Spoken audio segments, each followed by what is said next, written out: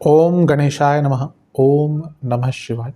मैं निखिल ज्योतिष आचार्य आप सभी का मेरे चैनल पर पुनः स्वागत करता हूं। आशा करता हूं कि आप सभी स्वस्थ होंगे।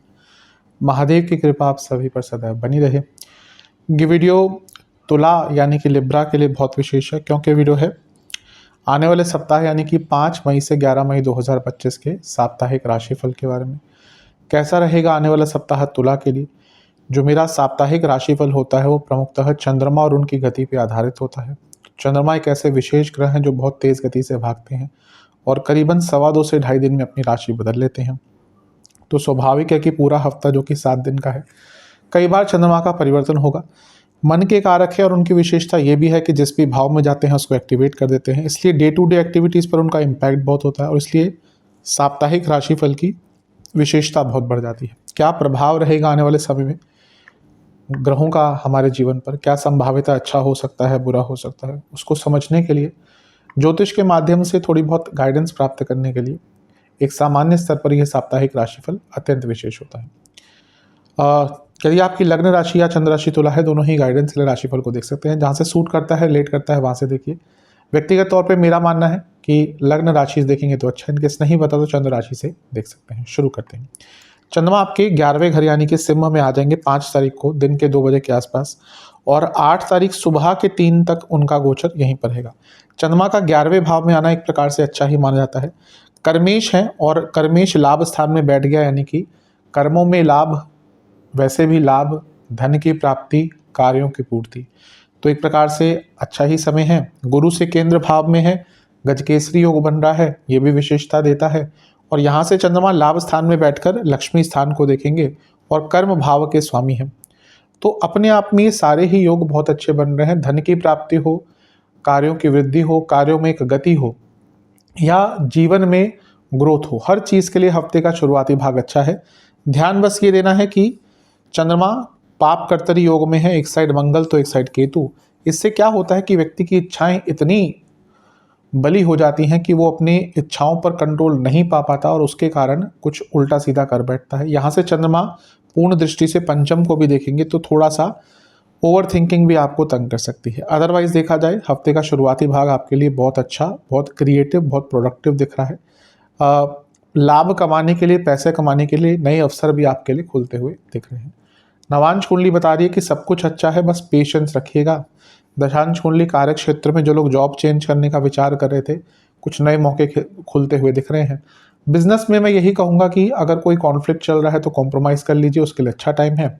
लव लाइफ में थोड़ी सी मैच्योरिटी लानी पड़ेगी। वहीं वैवाहिक जीवन ये अंकित कर रहा है कि पुरानी बातों पर झगड़े हो सकते हैं, तो जितना हो सके पुरानी बातों से अगर दूर रह सके तो बहुत अच्छा रहेगा। जहाँ तक स्टूडेंट्स की बात है, एक प्रकार से ये समय ऐसा है जहाँ पर आपको थोड़ा सा जल्दबाजी से बचना है। जितना हो सके अपने आप को नियंत्रित कर सकते हैं, जितना हो सके जल्दबाजी से बच सकते हैं उतना अच्छा है। सेहत के हिसाब से पेट के रोग बहुत रहेंगे, लोअर बॉडी में कोई प्रॉब्लम हो सकती है, कफ रोग बढ़ सकते हैं। सर्वाष्टक में आपका चौथा घर बली है, चौथा घर बली चंद्रमा लाभ स्थान में।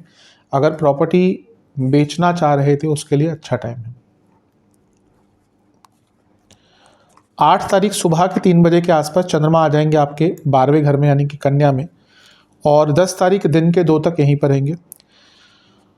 इससे एक दिन पहले बुध का गोचर भी हो चुका होगा और वो सप्तम भाव में आ जाएंगे। चंद्रमा का आपके 12वें घर में आना एक प्रकार से अच्छा ही, बहुत अच्छा नहीं माना जाता, सॉरी। यहाँ पे 12वां घर का प्रभाव भी है और ग्रहण दोष भी है, तो इसीलिए ये समय मानसिक दृष्टिकोण से बहुत अच्छा नहीं। आप कॉन्ट्रास्टिंग डिफरेंस देखेंगे। जो हफ्ते के शुरुआती 2 दिन है ना, 5 तारीख से 8 तारीख तक का समय, 5, 6, 7 मतलब कि कहीं ना कहीं वेडनेसडे, थर्सडे के सुबह तक का समय, यहाँ तक आपको लगेगा कि सब कुछ बहुत अच्छा है। पर जैसे ही ये 8 तारीख का समय आएगा वैसे ही चीज़ें बदलना शुरू हो जाएंगी, क्योंकि यहाँ पे बहुत सारा प्रभाव चंद्रमा पर आएगा। ये यहाँ पे कॉन्ट्रास्टिंग, क्योंकि सबके लिए नहीं दिखता, लेकिन कभी कभी एक बहुत अच्छे स्थान से एक बुरी अवस्था में चंद्रमा जाते हैं तो कॉन्ट्रास्टिंग डिफरेंस देता है। और देखिएगा 8 तारीख से पहले का समय, हफ्ते का और उसके बाद का, बहुत इसमें कॉन्ट्रास्टिंग डिफरेंस होगा। यहाँ पे ग्रहण दोष भी लग रहा है, 12वें घर में भी चंद्रमा है। ये दोनों ही चीज़ें मानसिक रूप से अच्छी नहीं है। जिनको कोई हेल्थ इशू चल रहा है ऑलरेडी उनको परेशानी रहेगी। यहाँ पे शनि का प्रभाव भी है और शनि का प्रभाव विष दोष क्रिएट करता है और ग्रहण दोष भी ऑलरेडी लगा हुआ है। ये सारी ही चीज़ें मानसिक दृष्टिकोण से व्यक्ति को तंग करेंगी।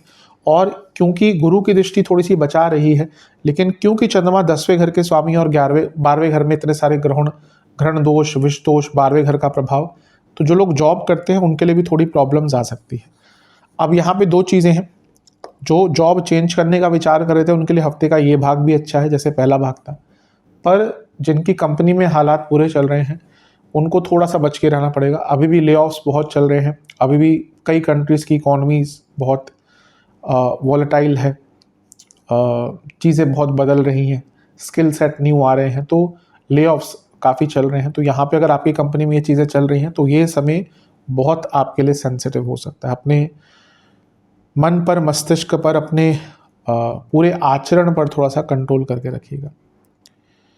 नवांश कुंडली बता रही है कि एक फ्लो रखना पड़ेगा जीवन में, एक प्रकार से आपको एक लय रखनी पड़ेगी। जहाँ पे जल्दबाजी करें, जहाँ पे पीछे छूटे, दोनों ही जगह पर बहुत नुकसान होंगे। दशांश कुंडली कार्य क्षेत्र में भी सेम चीज़ जो मैंने अभी कही, बिजनेस के हिसाब से ठीक है, कोई रिस्क मत लीजिएगा।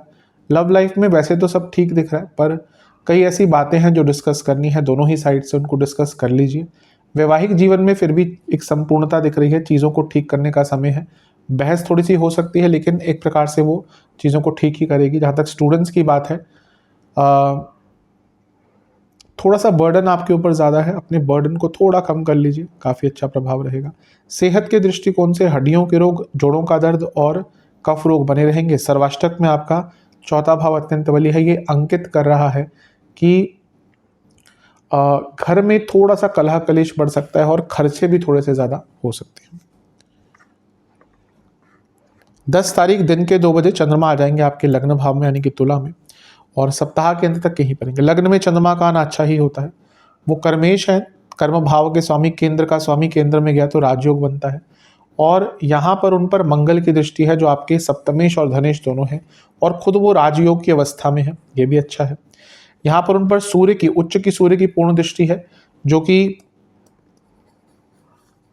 एक प्रकार से प्रमोशंस, पद प्राप्ति आदि के योग बना रहे हैं। पूर्णिमा योग ये बन रहा है और बुध का प्रभाव भी है। बुध जो है आपके भाग्येश है, तो यहाँ पे देखिए भाग्येश कौन हुए? बुध। कर्मेश कौन हुए? चंद्र। और लाभेश कौन हुए? सूर्य। तो इनका मिलन तीनों का लग्न भाव पर प्रभाव डाल रहा है, तो ये पद प्राप्ति, पदोन्नति, प्रमोशन आदि सबके लिए बहुत अच्छा है। बस क्योंकि बुध का प्रभाव है, कभी कभी व्यक्ति डबल माइंडेड हो जाता है। अदरवाइज ये महीना, ये हफ्ते का अंतिम भाग अच्छा है। मंगल का प्रभाव भी है और सूर्य का प्रभाव भी है, तो ये एग्रेशन क्रिएट करता है। ये दोनों ही पद प्राप्ति का योग बना रहे हैं, पर ये एग्रेशन भी क्रिएट करते हैं क्योंकि दोनों ही अग्नि तत्व के ग्रह हैं, तो अपने एग्रेशन पर कंट्रोल कीजिएगा। और गुरु का प्रभाव, गुरु से 6ठे में है, कोई दृष्टि द्वारा प्रभाव नहीं है, पर ये शकट योग बन जाता है। शकट योग से क्या होता है? बने बनाए कामों में देरी आ जाती है, तो अपने कामों में एक टाइम मैनेजमेंट पर ध्यान दीजिएगा, क्योंकि यहाँ पे लग रहा है कि कार्यों में थोड़ा सा डिले आ सकता है।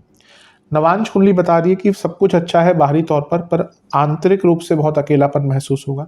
दशांश कुंडली कार्य क्षेत्र में सब अच्छा है, थोड़ा लेजीनेस दिख रहा है कुछ लोगों में, उस पर कंट्रोल कीजिएगा। बिजनेस में तो बहुत अच्छा टाइम है, पैसा भी आएगा, अच्छे अवसर भी आएंगे, अच्छे मौके भी आएंगे, बहुत अच्छा टाइम है। लव लाइफ में स्ट्रेस दिख रहा है, फालतू का स्ट्रेस भी दिख रहा है, एक्सपेक्टेशन का स्ट्रेस भी दिख रहा है। स्ट्रेस को कम करने की कोशिश कीजिएगा। जहाँ तक वैवाहिक जीवन की बात है, सेम चीज़, बहुत स्ट्रेस दिख रहा है, बहुत ऐसी चीज़ें हैं जो कहीं मूव ही नहीं हो रही, बहुत ऐसे पहलू हैं जो ठीक ही नहीं हो पा रहे, और ये सारी चीज़ें मिलकर बहुत तंग करेंगी। जहाँ तक स्टूडेंट्स की बात है, आपको थोड़ा सा ये टाइम आत्ममंथन में देना चाहिए। अगर कोई एग्ज़ाम वगैरह नहीं है तो सब कुछ बंद करके, एक दिन के लिए मोबाइल बंद करके, अपनी किताबों से भी दूर होकर अलग से टाइम बिताइए, क्योंकि लग रहा है कि मेंटली बहुत एग्जॉस्टेड है। सेहत की जहाँ तक बात है, कफ रोग बने रहेंगे पूरे हफ्ते के अंत में हड्डियों के रोग, चर्म रोग यानी कि स्किन डिसऑर्डर्स और नसों के रोग तंग कर सकते हैं। सर्वाष्टक में आपका 5म भाव अत्यंत बली है। ओवर थिंकिंग थोड़ी सी ज़्यादा हफ्ते के अंत में रहेगी। उपाय के स्वरूप में लक्ष्मी जी की एक बार आरती कीजिएगा और दुर्गा चालीसा का एक बार पाठ कीजिएगा, और दोनों ही माताओं को एक एक घी का दिया अर्पण कीजिएगा। आशा करता हूँ कि ये वीडियो काम आएगी। चैनल पर नए हैं, सब्सक्राइब कीजिए, वीडियो को लाइक कीजिए। मिलता हूँ अगली वीडियो में, तब तक के लिए ओम नमः शिवाय।